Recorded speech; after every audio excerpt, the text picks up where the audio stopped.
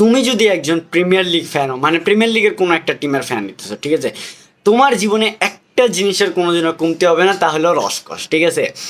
মানে তোমার লাইফে তুমি যে যে এক্সাইটমেন্টটা যে আছে না, এইটা কোনোদিনও হারাই যাব না, ঠিক আছে, as a premier league team fan, ঠিক আছে। কজ ভাই প্রিমিয়ার লিগে যারা সাপোর্ট করে তাদের জীবনে রসকসে কোনোদিনও অভাব হয় না সাধারণত, কারণ ভাই এতই কেওস চলে একটা লিগের মধ্যে।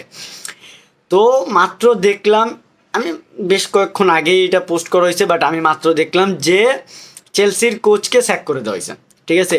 কজ 5টা কনজিকিউটিভ গেমে তারা একটু স্কোর করতে পারে নাই গোল, এবং হাইরাও গেছে 5টা টানা।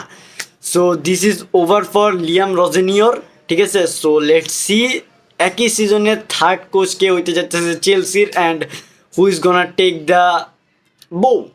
সো লেট সি চেলসির ব্যাপার ট্যাপার কেমন হইতেছে এইবার, ঠিক আছে। সো এইবার হবে মজা ভাই।